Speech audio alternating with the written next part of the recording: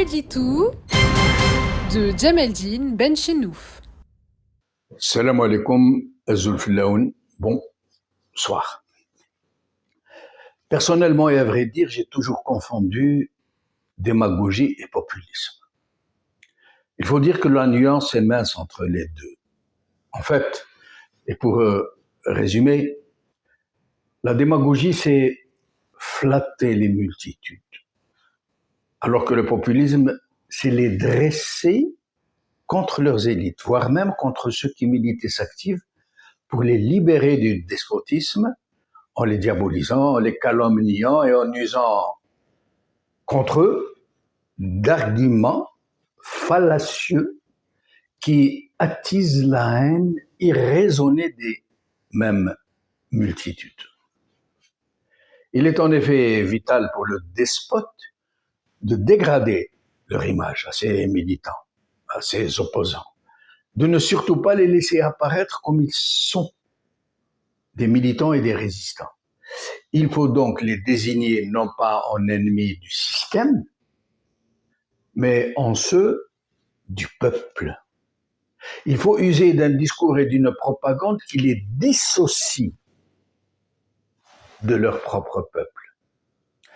Comme par hasard, la démagogie comme le populisme ont recours pour s'exprimer aux mêmes méthodes éprouvées, aux mêmes flatteries des multitudes en guise de hors-d'œuvre, à la même et systématique mystification de l'histoire, à la simplification des concepts, aux représentations les plus sommaires et les plus frustes, aux raccourcis et aux amalgames, aux rhétoriques les plus grossières.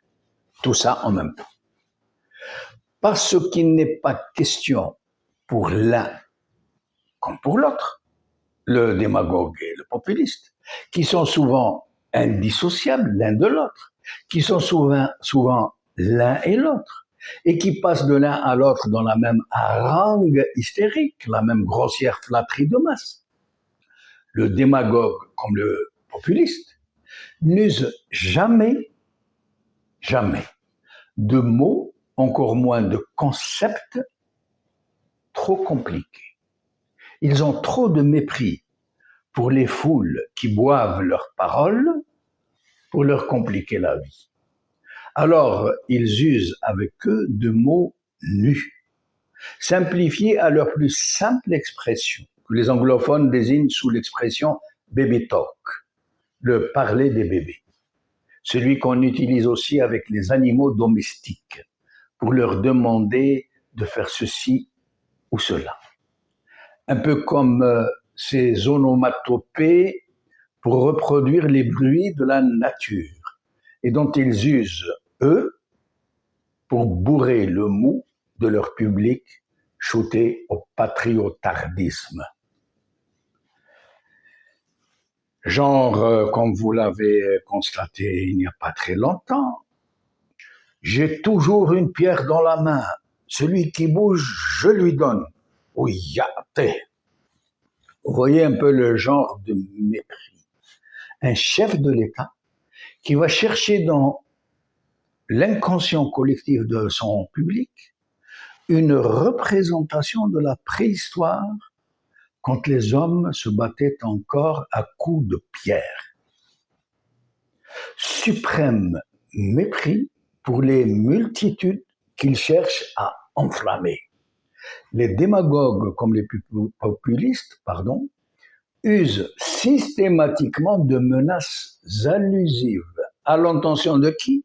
De leurs propres auditoires, de ceux-là qui les écoutent et qui les applaudissent, pour leur dire que quiconque se montre trop malin et ne se laisse pas stimuler par ces grossiers aiguillons ne peut être lui-même qu'un traître.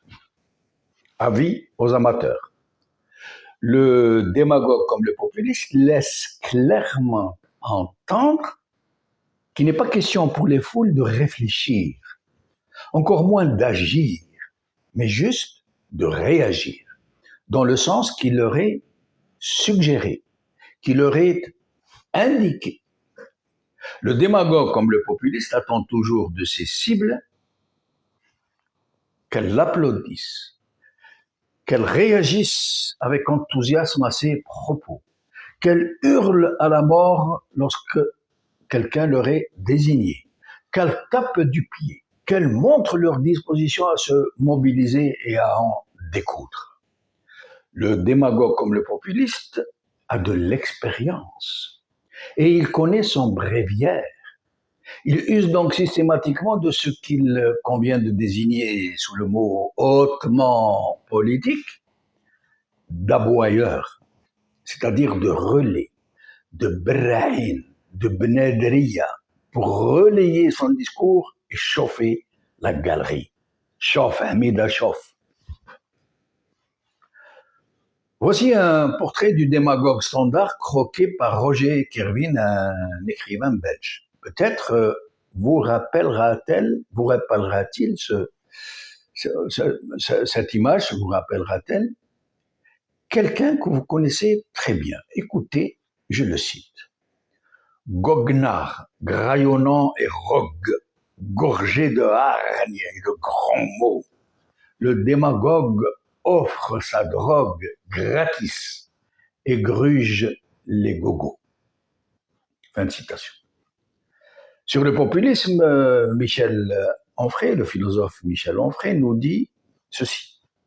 Le populisme est le plus dangereux des narcotiques, le plus puissant des opiums, pour endormir et anéantir l'intelligence, la culture, la patience et l'effort conceptuel. Fin de citation. Je finirai par ce cri du cœur de Marat dans le journal de l'Ami du peuple pendant les révolutions françaises. Ce cri de colère a été gravé sur un monument funéraire qui lui avait été dédié. Écoutez, il parle au peuple parisien. Tu te laisseras donc toujours duper, peuple babillard et stupide. Tu ne comprendras jamais qu'il faut te défier de ceux qui te flattent.